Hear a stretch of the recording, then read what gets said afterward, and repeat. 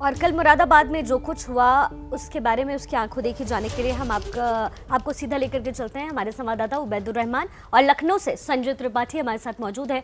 उबैदुर, सबसे पहले आपका रुख करना चाहूंगी, वहां आखिर ऐसे कौन से सवाल पूछ लिए गए कि कार्यकर्ता इतने भड़क गए और वहां जो मौजूद नेता थे वो भी कुछ नहीं कह पाए, चुप्पी साधे रहे? शिखा, मैं आपको बता दूं कि एक पूर्व मुख्यमंत्री और एक पार्टी के राष्ट्रीय अध्यक्ष का जो व्यवहार था कल, वो बिल्कुल हैरान करने वाला था। अखिलेश यादव ने जिस तरह का बर्ताव किया और ख़ुद अपने सामने अपने कार्यकर्ताओं को, अपने निजी सुरक्षा गार्डों को छूट दी कि पत्रकारों को पीटें, और जब पत्रकारों ने शिकायत की तो खुद अखिलेश यादव, आपने सुना कैमरे पर, कह रहे हैं कि हाँ पीटा। और अखिलेश यादव असल में ये चाहते हैं कि जो विपक्ष का काम होता है वो मीडिया करे। इसी वजह से अखिलेश यादव बार बार मीडिया को टारगेट कर रहे हैं। पिछले दिनों चाहे हाथरस की घटना पर एक पत्रकार ने सवाल पूछा था, तब भी अखिलेश यादव ने कहा था कि आपने कितने सवाल लिए हैं, ये सवाल पूछने के कितने पैसे लिए हैं। तो एक राष्ट्रीय अध्यक्ष पार्टी का, राजनीतिक दल का पूर्व मुख्यमंत्री है, हमने वो तस्वीरें भी देखी जिसमें आपने माहौल को शांत करने की कोशिश की और जिस संयम के साथ आपने अपनी जिम्मेदारी निभाई उसकी बखूबी तारीफ भी होनी चाहिए। हमारे साथ संजय त्रिपाठी भी इस वक्त लखनऊ से सीधे जुड़ गए। संजय, आपको याद होगा सीएम योगी ने भी कुछ दिनों पहले लाल टोपी वाला गुंडा कहकर एक संबोधन दिया था। कहा था कि छोटा बच्चा जब लाल टोपी देखता है तो कहता है मम्मी मम्मी देखो गुंडा। इसी बात को कल सार्थक कर दिखाया समाजवादी पार्टी के कार्यकर्ताओं ने।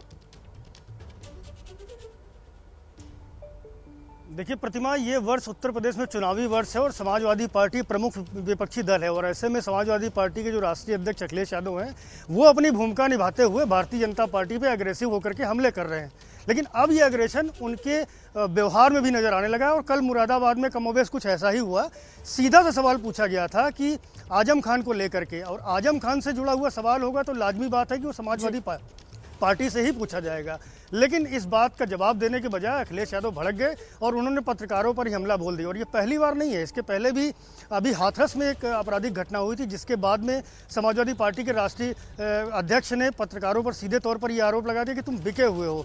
सवाल पूछने पर इस तरह की टिप्पणी करना ये अखिलेश यादव की भाषा शैली में आ चुका है, और इसी का नतीजा है कि लगातार वो एक के बाद एक पत्रकारों से गलत तरीके से बात करते हैं। और एक चीज़ कहना चाहूँगा कि देखिए, लोकतंत्र में मीडिया का काम स्वाभाविक विपक्ष का होता है। मीडिया को सवाल पूछने की आज़ादी होती है, और जहाँ सत्ता पक्ष से और विपक्ष से दोनों से वो सवाल पूछता है।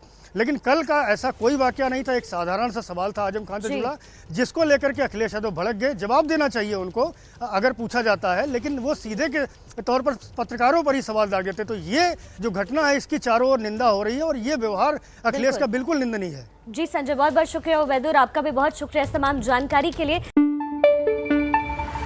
न पाबंदी हो न कोई हद हो तो बस खुद बनाई सरहद हो।